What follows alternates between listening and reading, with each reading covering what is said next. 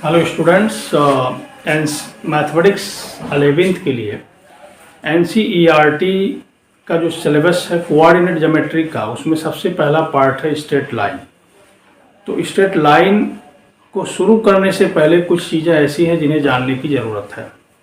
अब उसमें सबसे पहले हमें ये जानना है कि जो निर्देशांक पद्धति है, इसको सबसे पहले डिस्क्रेट ने शुरू किया था और एक उन्होंने किताब लिख डाली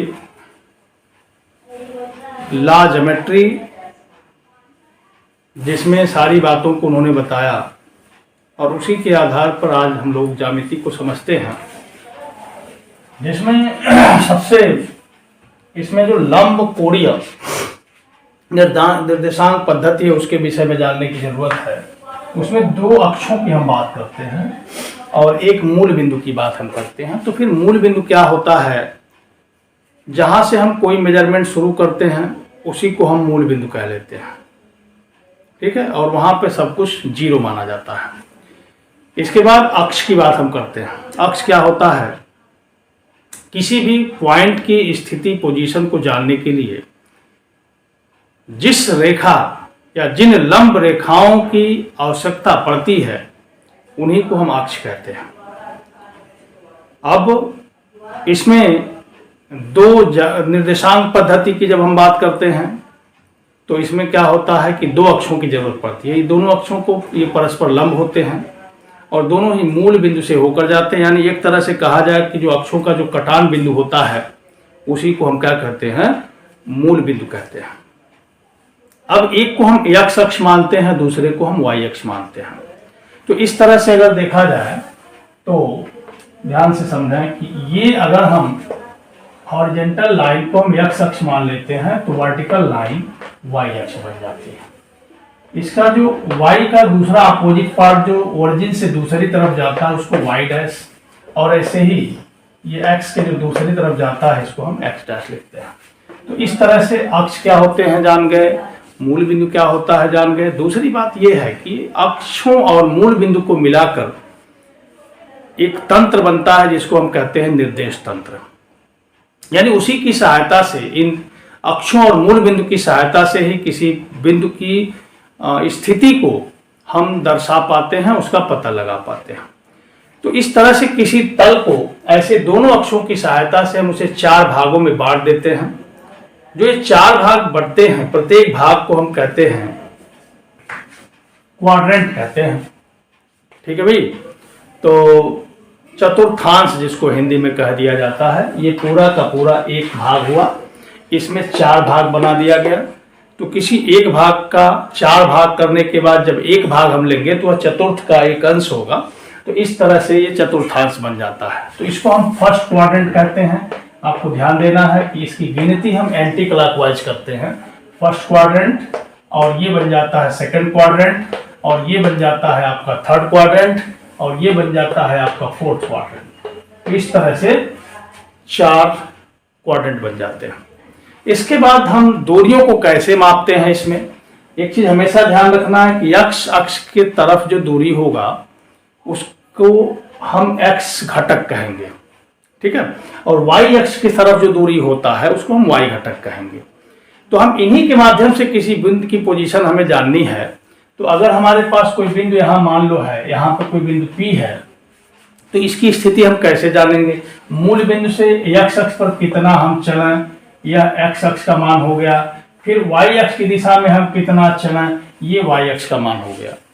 तो दोनों के द्वारा हम इसे दर्शा सकते हैं, ठीक है। जैसे मान लो कि आप सड़क पकड़ के जाते हैं, ऐसे कोई सड़क पकड़ के जा रहे हैं और आपका एक मित्र है, ध्यान दीजिएगा, जो यहाँ पर है। मान लो आपका एक मित्र है जो यहाँ है, यहाँ पे मौजूद है, और आप यहाँ कहीं पे हैं, यहाँ पे आप कहीं हैं, ठीक है।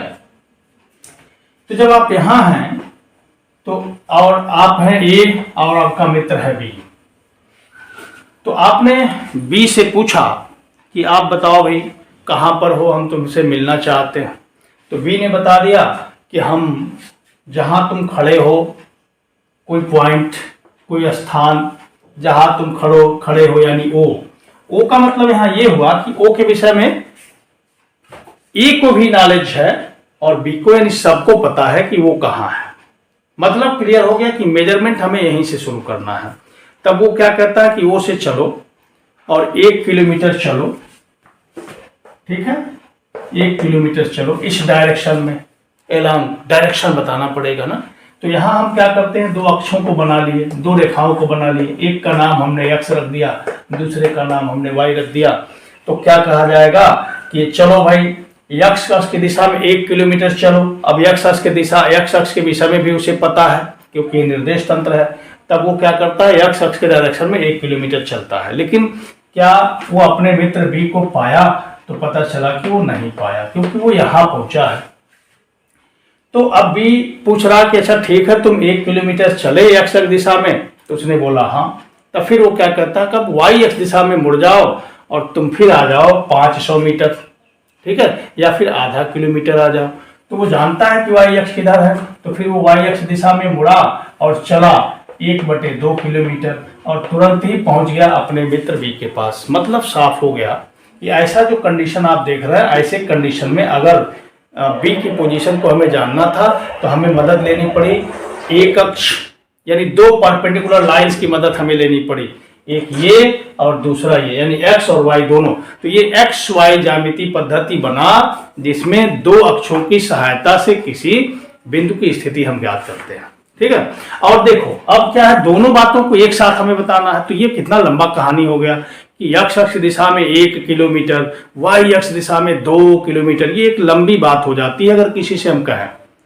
अब यही जो ए फोन करता बी के पास और बी कहता कि ऐसा है भाई मेरी पोजीशन है 1/2, कहता क्या कि मेरी पोजीशन है 1 और 1/2। अब समझिए, तो अब ये समझ गया कि 1 का मतलब x अक्ष के एलांग हमें चलना है, 1/2 का मतलब हमें y अक्ष के एलांग चलना है। तो जरा कितना आसान हो गया। तो मैथमेटिक्स है क्या चीज, मैंने आपसे कई बार बताया कि mathematics is the simple solution of complex and big problems of nature. Nature के बड़े और जटिल समस्याओं का छोटा समाधान मैथमेटिक्स हो जाता है। तो इसी बात को, जो बात अभी हमने बताया कि x अक्ष डायरेक्शन में 1 किलोमीटर एंड y अक्ष डायरेक्शन में 0.5 किलोमीटर चलो तो फिर पहुंचो या एक पोजीशन को जानो, इसी बात को बहुत सिंपल बता दिया गया। कह दिया गया कि भैया 1/2। बी ने फोन किया ए के पास, ए ने पहले बी के पास फोन किया कि वेयर आर यू, तो उसने क्या बताया कि भाई कुछ नहीं 1/2 किलोमीटर। तो वो समझ गया कि हमें 1 किलोमीटर x अक्ष के एलांग चलना है और 1/2 किलोमीटर y अक्ष के एलांग चलना है, फिर हम बी के पास पहुंच जाएंगे। तो ये हो गया कोऑर्डिनेट सिस्टम। अब आप समझ गए होंगे कि इसका यूज हम कहाँ करते हैं और इसके यूज से कितनी बातें आसान हो जाती है। बड़े आसानी से हम बहुत किसी बिंदु की पोजीशन, दूरी, ये सारी चीज़ें हम फाइंड कर सकते हैं। तो आप समझ गए होंगे। अब आइए, अब इसमें क्या है कि x अक्ष के दिशा में, x अक्ष के विपरीत दिशा में, समझ गए, ये सारी चीज़ें कहने में ये बातें बड़ी बड़ी हो जाएंगी। इससे बचने के लिए हम क्या करेंगे, ध्यान दीजिए, ये तो कोऑर्डिनेट हो गए आपके 4। तो अब आप समझ गए होंगे कि अगर P की पोजीशन कहाँ है तो हम यहाँ पे x y अगर लिख दें, इसका मतलब साफ हो गया कि x एक्सिस के एलांग x, y एक्सिस के एलांग y। तो इसको हम कहते हैं कोऑर्डिनेट, इसको कहते हैं निर्देशांक। निर्देशांक क्या होता है, जिसमें x अक्ष दिशा में दूरी और y अक्ष दिशा में दूरी को एक साथ दर्शा दिया जाता है, ऑर्डर्ड पेयर के रूप में लिखा जाता है, बीच में कामा लगाया जाता है। पहले स्थान पर जो मान लिखा होता है वो x घटक कहलाता है, दूसरे स्थान पर जो मान लिखा होता है y घटक कहलाता है। अगर कहीं पर लिखा हो 2, 3 तो इसका मतलब साफ हो जाता है कि मूल बिंदु से 2 मात्रक की दूरी पर वह बिंदु है x अक्ष दिशा में, और फिर 3 मात्रक की दूरी पर वह वस्तु y अक्ष दिशा में चलने पर प्राप्त हो जाती है, उसकी पोजीशन ये है। तो आप इसे समझ गए होंगे। लेकिन अब क्या होता है कि कोई वस्तु x अक्ष के विपरीत दिशा में है, तो विपरीत दिशा ऐसे कहना पड़ेगा, x अक्ष विपरीत दिशा। तो आपको पता है कि इसका उपयोग हम प्लस माइनस से कर लेते हैं। अगर x अक्ष दिशा इधर प्लस हम लेते हैं तो आप इसका जो अपोजिट होगा उसको हम माइनस लेंगे। तो मामला आपको समझ में आ गया कि यहाँ पर आपको पता है कि अब देखो इससे वाई एक्सिस के इस साइड में जितनी भी जो डिस्टेंस मेजर किए जाएंगे वह सभी क्या होंगे, पॉजिटिव होंगे। ध्यान दीजिएगा, अगर वाई एक्स के इस डायरेक्शन में जितने डिस्टेंस मेजर किए जाएंगे वो सब नेगेटिव होंगे। एक्स एक्सिस के ऊपर की तरफ जितने मेजरमेंट किए जाएंगे वह वाई एक्स के अलॉन्ग होंगे, वह क्या होंगे, वो पॉजिटिव होंगे। और इधर जितने मेजरमेंट किए जाएंगे वह सब नेगेटिव होंगे। तो मतलब साफ हो गया कि इसमें एक्स भी प्लस है, वाई भी प्लस है। सेकेंड क्वाड्रेंट में जाएंगे तो ये देखो एक्स इधर हो गया यानी एक्स माइनस हो गया, वाई ऊपर की तरफ ये प्लस हो गया। थर्ड में जब आप जाएंगे तो देखो एक्स भी माइनस हो गया और वाई भी माइनस हो गया। फोर्थ में जब आप जाएंगे तो एक्स तो प्लस ही रहा, वाई माइनस हो गया, क्योंकि वाई के लिए आपको नीचे आना पड़ रहा है। तो इस तरह से आप जान गए कि कैसे हम चिन्हों को दिखाते हैं। दूसरी खास बात ये जानना है कि जैसे आपका कोई जैसे मान लो कोई पॉइंट यहीं पर है तो आपको केवल एक्स घटक ही बताना पड़ेगा, क्योंकि वह एक्स दूरी बता दी, वहीं पहुंच गया, वाई को बताने की जरूरत ही नहीं पड़ी। तो इसका मतलब क्या है कि एक्स अक्ष पर कोई भी पॉइंट होगा, इसे एकदम नोट कर लीजिएगा कि एक्स अक्ष पर कोई भी पॉइंट होगा तो उसमें वाई कंपोनेंट हमेशा जीरो होगा। मतलब क्या हुआ कि जैसे ये दूसरा वाला हमेशा जीरो और ये वाला कुछ भी हो सकता है, 1 2 3 4 5 6 7 8 9, जैसे मान लीजिए ए जीरो। अब ए का मान कुछ भी हो जाए तो समझ में आया कि नहीं आया। पहली बात, यहाँ पर ओरिजिन है, यहाँ पे हमेशा एक्स और वाई दोनों जीरो होता है।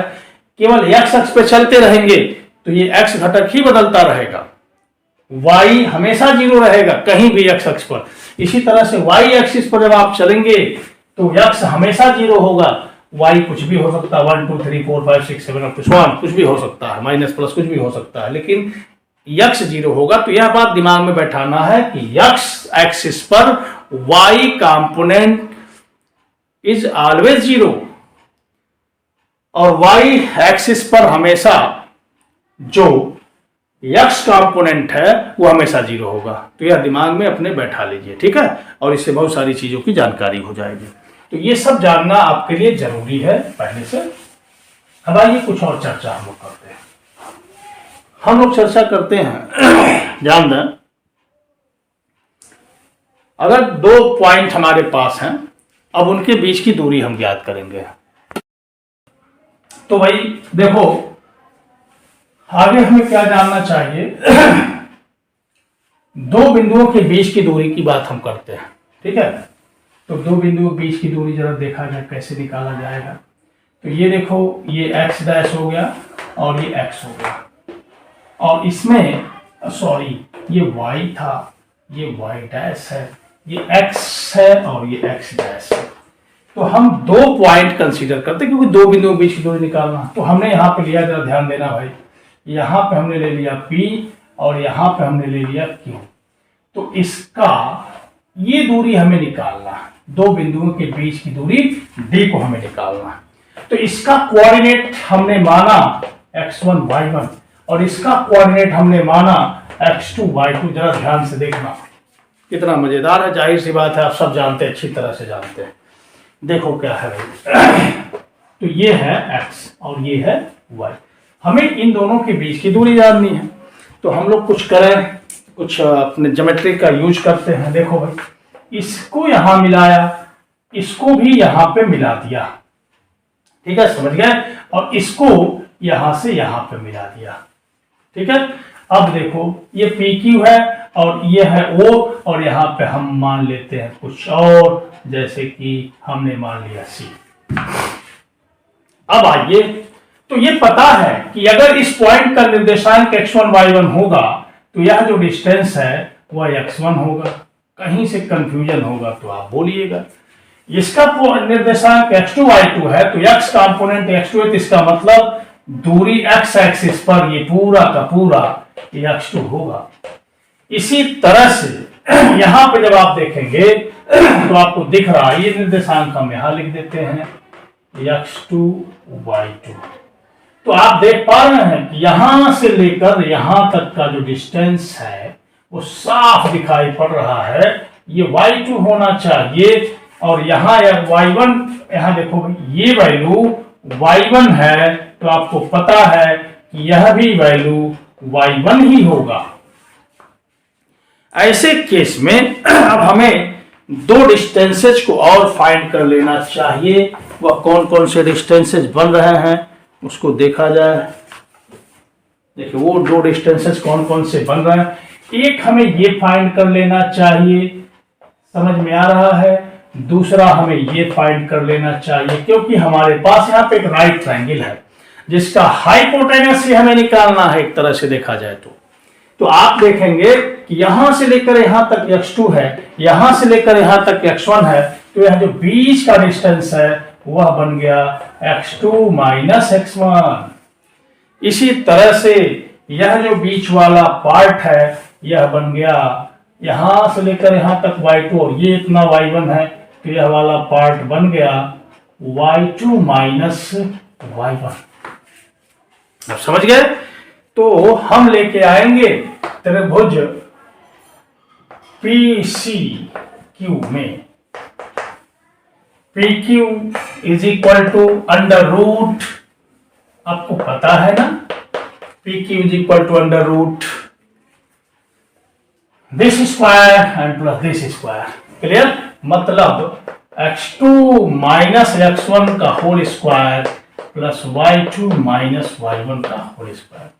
और यही जो PQ है यही है D, therefore D is equal to x2 minus x1 का whole square and plus y2 minus y1 का होल स्क्वायर। ठीक है, and this is equal to, अब जरा देखो यहाँ पर x2 माइनस x1 है, तो यहाँ पे अगर हम x1 माइनस x2 लिख देते हैं तो इसमें से एक माइनस निकल के आएगा, लेकिन स्क्वायर है तो फिर से वो प्लस ही हो जाएगा। यानी x1 माइनस x2 का होल स्क्वायर और x2 माइनस x1 का होल स्क्वायर दोनों सेम होता है, कोई फर्क नहीं होता। तो यहाँ से x1 माइनस x2 का whole square plus y1 minus y2 का होल स्क्वायर, ये हो गया d का मान। आप समझ गए। अब देखो एग्जाम्पल लिखते हैं। ठीक है, बिंदुओं के बीच की दूरी ज्ञात कीजिए। दिए गए बिंदुओं के बीच की दूरी ज्ञात कीजिए।